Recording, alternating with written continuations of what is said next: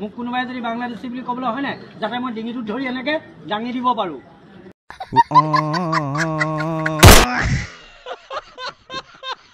ধন্যবাদ অসম চৰকাৰ, ধন্যবাদ অসম পুলিচ এই ইউনিছ তামুলী বোলাটোক গ্ৰেপ্তাৰ কৰাৰ বাবে।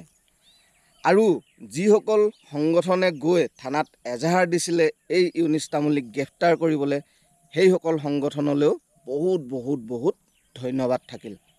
এনেকৈ অসমীয়াক গালি দিয়া, অসমখনক গালি দিয়া, অসম পুলিচক গালি দিয়া, অসমৰ CMক গালি দিয়া, অসমৰ দল সংগঠনক গালি দিয়া, অসমীয়া মানুহক গালি দিয়া আৰু কেইটামান আছে, সেইকেইটাকো যাতে অতি শীঘ্ৰে গ্ৰেপ্তাৰ কৰিব বুলি আশা কৰিলোঁ। অসমতে খাব, অসমতে হাগিব, অসমতে ঘূৰি ফুৰিব আৰু অসমীয়া জাতিটোকে গালি দিব, অসমখনকে গালি দিব, অসম পুলিচক গালি দিব, অসম চৰকাৰখনক গালি দিব।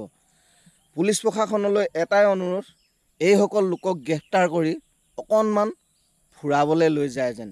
ধন্যবাদ। ইউনিছ তামুলীক গ্ৰেপ্তাৰ কৰাৰ বাবে মই